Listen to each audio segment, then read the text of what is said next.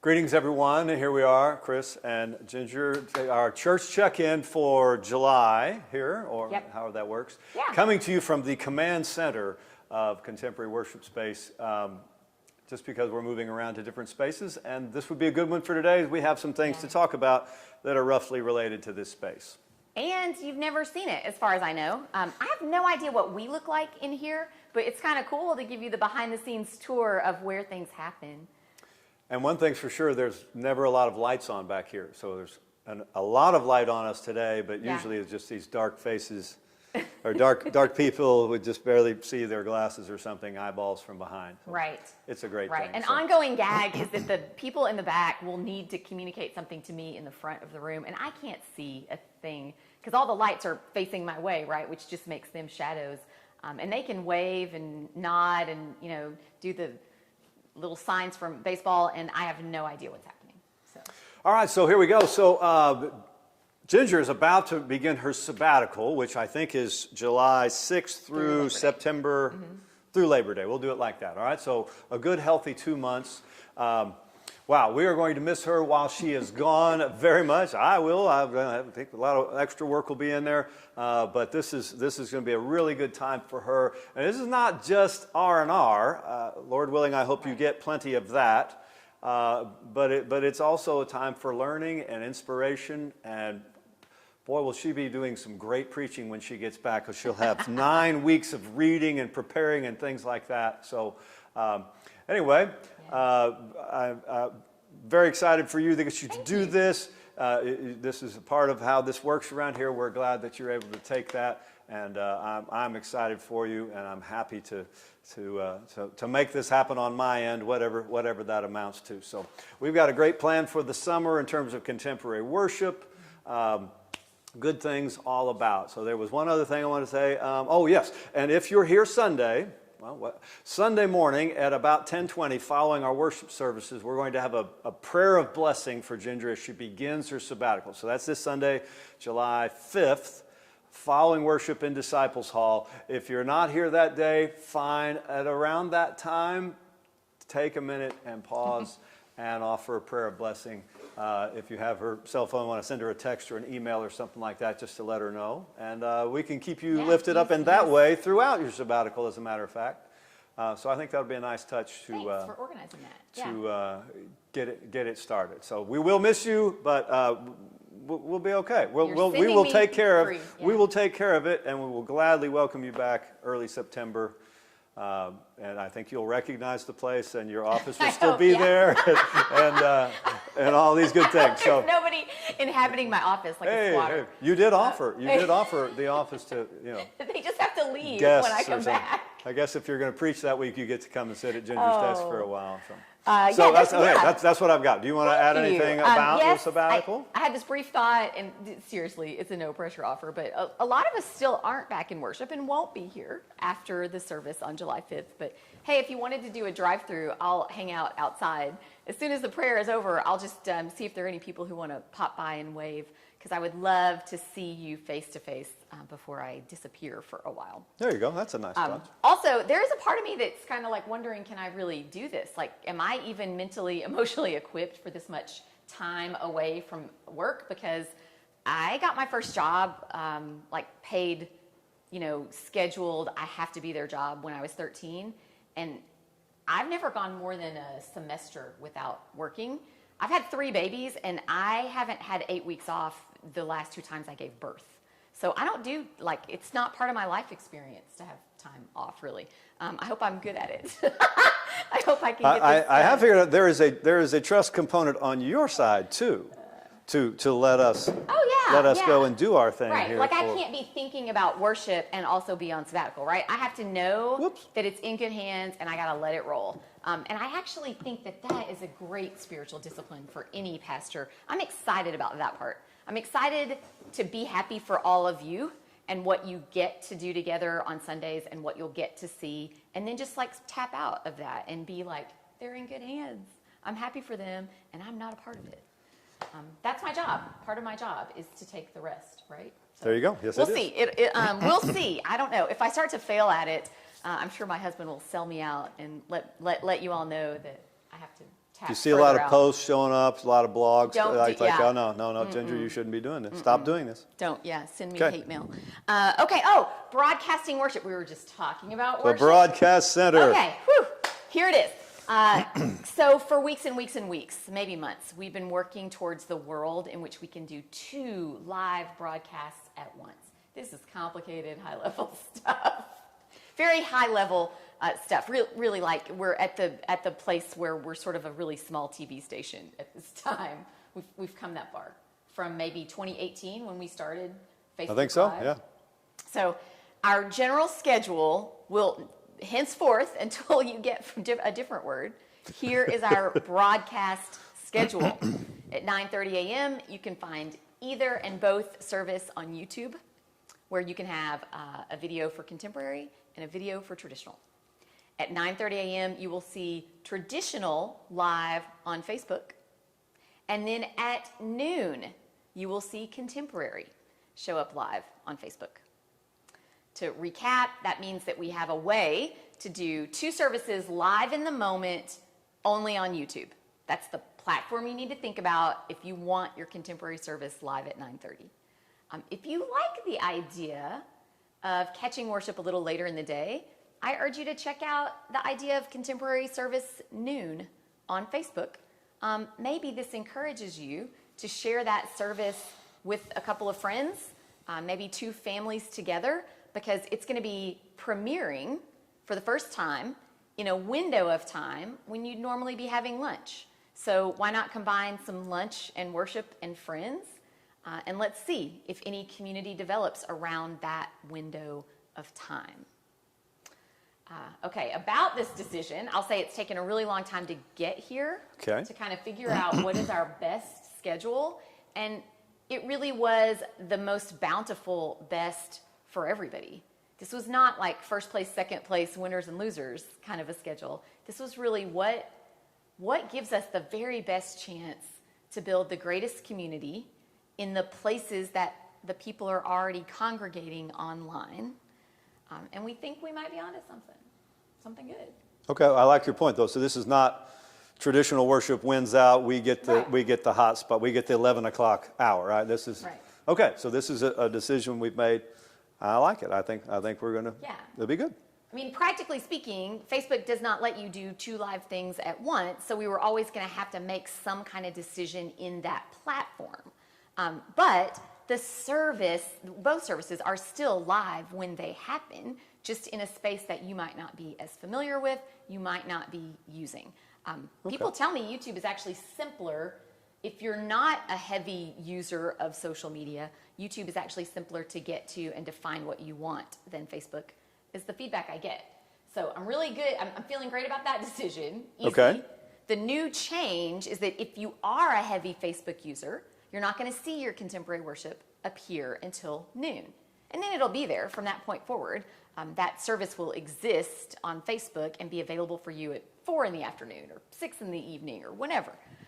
But doing it for the first time at noon, we're really hopeful creates a little momentum around people watching it together at the same time.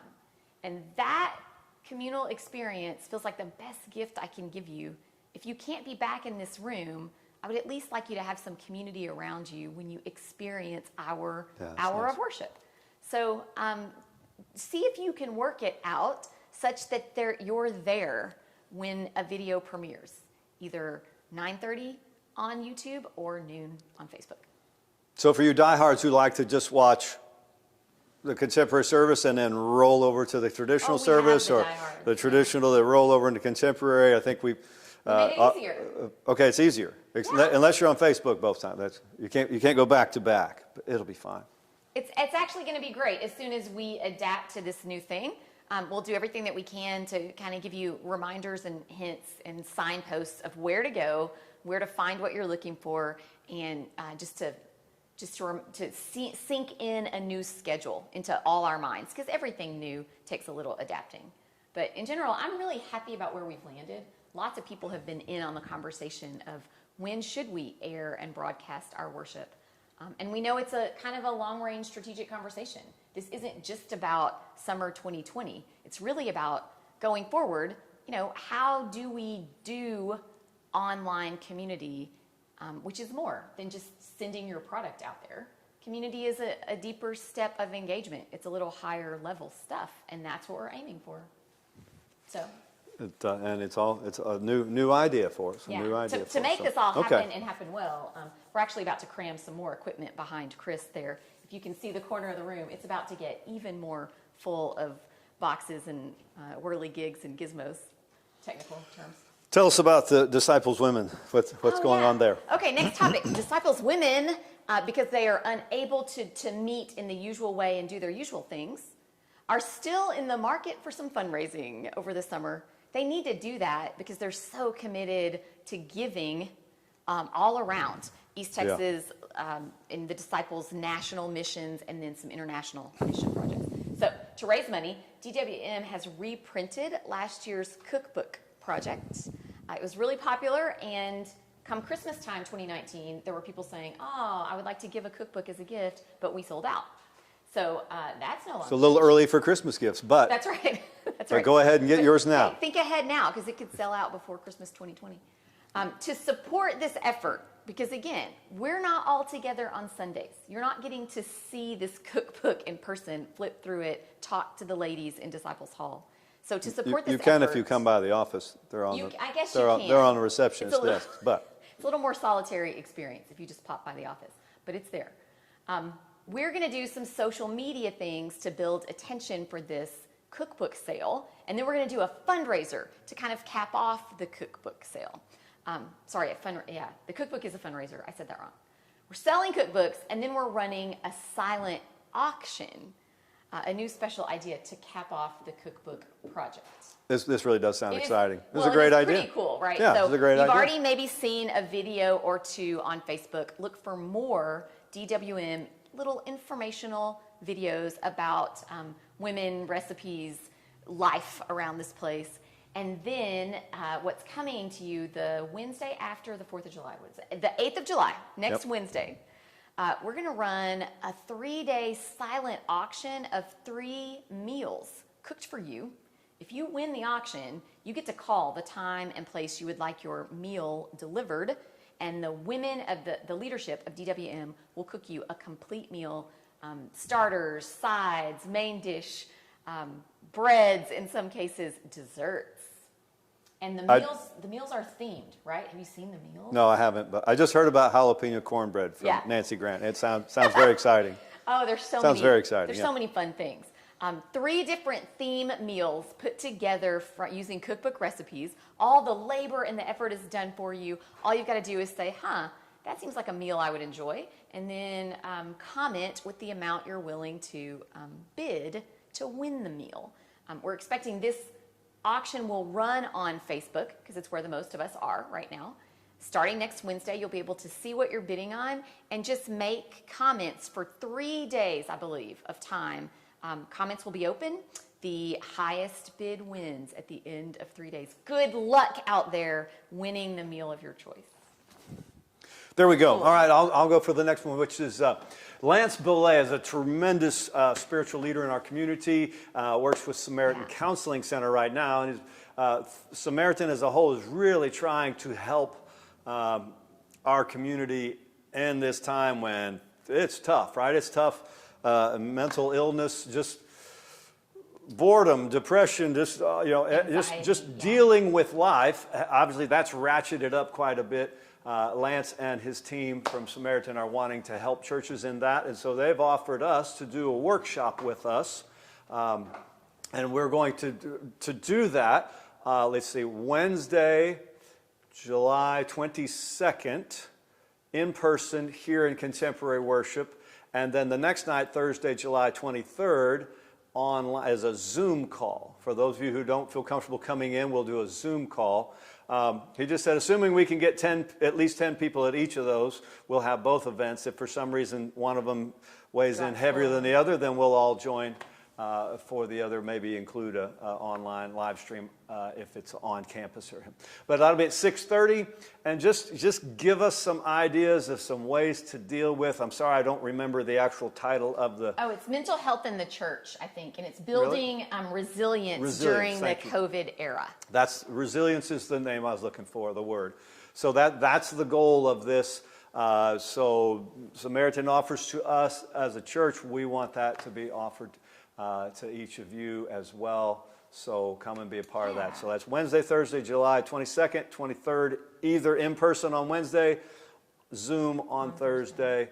You might let us know in the church if you're in the office if you're interested in participating on that. We'll get more information out about that very soon. Right. I really just made that decision last night, so it's new information. It's really cool that we get to do that free of charge for people. Oh, absolutely. I mean, this is great. This is expert advice. It's relevant to where we are, and it's a complete service to the community, no charge. That's pretty cool.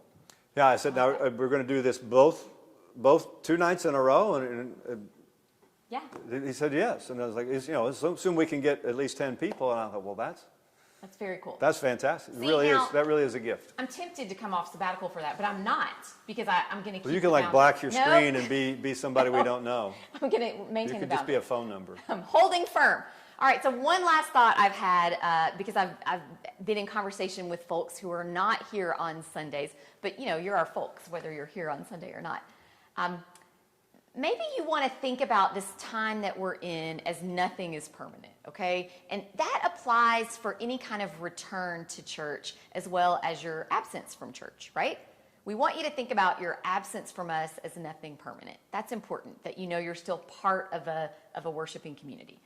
But should you be curious about what it's like and a little nervous to check it out? Both those things seem really rational to me. And I would say you could return to church, but not think of it as a permanent status. You could just return into the building to check it out. You could walk through and walk back to your car, and you're not going to offend me and Chris. We're going to know that you're making a good choice for you. If you want to check out the way that we're running childcare, but you don't want to commit forever, yeah, we get that. And we actually kind of encourage that.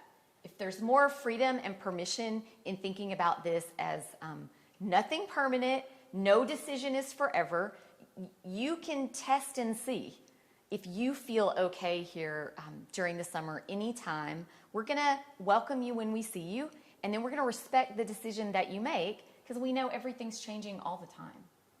Yeah, no extra points for showing up necessarily. I mean, it's great. Right. It's great to see the people when they show up, and that part's been great. But to stay home and to take it in online, that's a good decision for a whole lot of us right now, and that's just fine. It's keeping us together in this time, right? So everything that you do to regularly attend to this church, we appreciate it. We think it matters. We think watching matters at your house because it really does. It holds this little gap open in a good way, right? The gap is our fellowship. And if you notice that you're missing it and you do anything to attend to it, we think that's really valuable. So we're having about a third of our typical attendance. Yeah. Back to January, about a third of that amount of people are showing up on Sunday. So again, the greater majority, the 2/3, are still at home and elsewhere. Yeah. So gosh, I think in this room it's probably in this room it's probably even less. 25% of what we used to have, and I think that you can expect that if it helps you to know. I think we're going to average like 25 people or less in this room through the summer is my belief. That might just be good information for you to file away. However that makes you feel. I kind of think of it as the studio audience myself. Well, it is sort of that. Yeah, it feels, if you come here, you'll notice like, oh yeah, even though the chairs are spread apart and there are fewer chairs, there are plenty of empty chairs. And that's okay. You sort of, when you're in the room, you maybe get some insider status, I don't know, or a feeling of being on the inside of something. You definitely get some in-person waves. You're not getting any hugs. But mostly you are the studio audience for what happens still more often, out across the airwaves. Because there's more people watching that way right now. Yeah, in traditional we have It's funny, like everybody seems to be on the side where the preaching is. So we'll have most of, but there's still lots of space. So again, if you'd like to just come and see, like, there's plenty of room there. I don't have to worry about somebody breathing down my neck. Some of that there. It's a big room. There's plenty of that. Yeah, there is space. Right. So I'm going to throw in two more things. So I've got the Global Leadership Summit has been something we've hosted here for 4 or 5 years straight.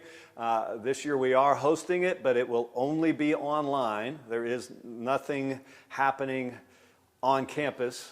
There might be a few of us from the office who get together and watch it on a laptop or maybe even in this contemporary worship space. But that'll be August 6th and 7th. I plug it this way. If you're not finished making a difference with your life, this is something you might want to check out. Some inspiration, some ideas, some good things there for leadership, for influence.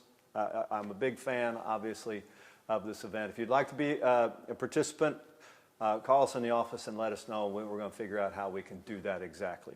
And then I'll close with this comment. My friend Jerry Stuff was here this morning, and he commented that it seems like life today is like Groundhog Day. It's like that movie, I guess. Well, I haven't seen a movie just in a long time, but it's just kind of every day you wake up to the same day over and over again. And I thought that was exactly what it feels like. So many times, like, wow. I was preaching in the pulpit a couple weeks ago, and I had this thought in while I'm still speaking, my head's thinking, I've already preached this sermon to this group. They're just being nice. I felt like I had not. I had done it on Thursday night for the camera, but I was like, I kind of want to say, have you all heard this before?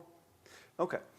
But that was kind of what was going on in my head. Like, wow, these are interesting times. So I looked, okay, that's it. That's everything I've got, Ginger. What would you like to close this before you're off for these 2 months? What would you like to close? Inspiration. Give us a great closing comment. I don't know. Or you can just say goodbye and smile. That's a lot of pressure. Maybe I'll think of something to type in the comments or the lead into this video post. So maybe there'll be some inspiration before you watch it on demand. For now, I think I got to go with goodbye. And happy 4th, and maybe I'll see you on the 5th. Maybe here, maybe in Disciples Hall, maybe out front. I'll get in a wave before I disappear. Sounds good. Sounds good. In traditional, we are going to sing a few of the patriotic things this Sunday. If you'd like to come and join in on that, hope to see you then. So thanks for tuning in. Bye, church. Ginger, blessings to you as you go, and we'll all be back together again soon.